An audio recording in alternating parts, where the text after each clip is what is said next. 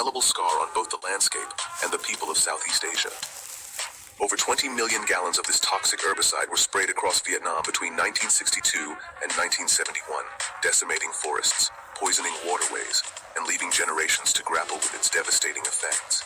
The dioxins in Agent Orange caused widespread health issues, including cancer, birth defects, and chronic illnesses, impacting millions of Vietnamese civilians and U.S. soldiers alike.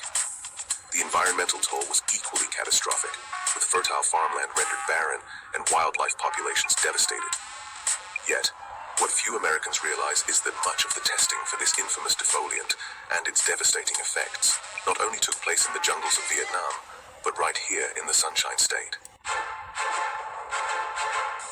From Florida's dense forests to its fertile agricultural lands, large swaths of the state became ground zero for Operation Ranch Hand's domestic testing program.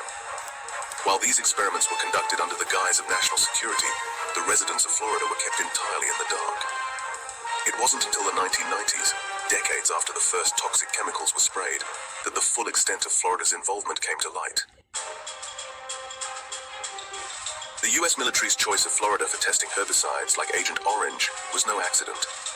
The state's tropical climate and diverse ecosystems mirrored the conditions in Vietnam, making it an ideal location to evaluate the effectiveness of defoliants. Between 1962 and 1970, Eglin Air Force Base in the Florida Panhandle served as the epicenter for domestic herbicide testing.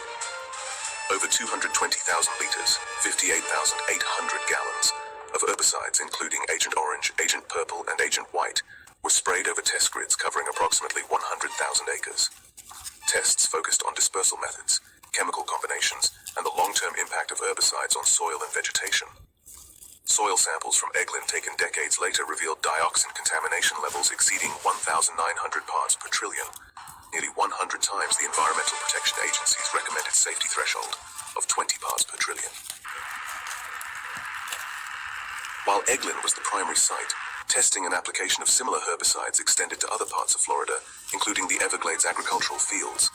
Sugarcane and citrus farms unknowingly became experimental grounds for herbicides chemically identical to Agent Orange. In the Everglades, the runoff from herbicide use contaminated water systems, causing fish kills and affecting wildlife in one of the nation's most biodiverse ecosystems. Despite the widespread use of herbicides in Florida, residents were deliberately kept in the dark about the nature of these chemicals and the potential risks they posed. The U.S. government and chemical manufacturers maintained strict secrecy around the testing program, ensuring that the public would remain unaware of the toxic legacy being created in their own backyard. Testing at Eglin AFB and other sites was labeled as standard military research, with no mention of the toxic compounds being used. Communities living near testing grounds were not informed of the chemicals being sprayed, nor were they warned about potential contamination of water supplies, soil, and air. Chemical giants like Monsanto and Dow Chemical, which manufactured Agent Orange and its components, actively suppressed information about the dangers of dioxins. Internal documents from Monsanto revealed that the company knew as early as the 1950s about the toxic effects of dioxins, yet this information was withheld from both the public and the military. It wasn't until the 1990s, nearly 30 years after testing began, that declassified military documents confirmed Florida's role in Operation Ranch Hand. These revelations showed that the government was aware of the potential health and environmental risks posed by the herbicides, but chose to prioritize testing over transparency. The decades-long delay in revealing the truth about Florida's role in Agent Orange testing had profound consequences. Communities near Eglin Air Force Base and other testing sites reported elevated rates of cancer, birth defects, and neurological disorders, often without understanding the cause.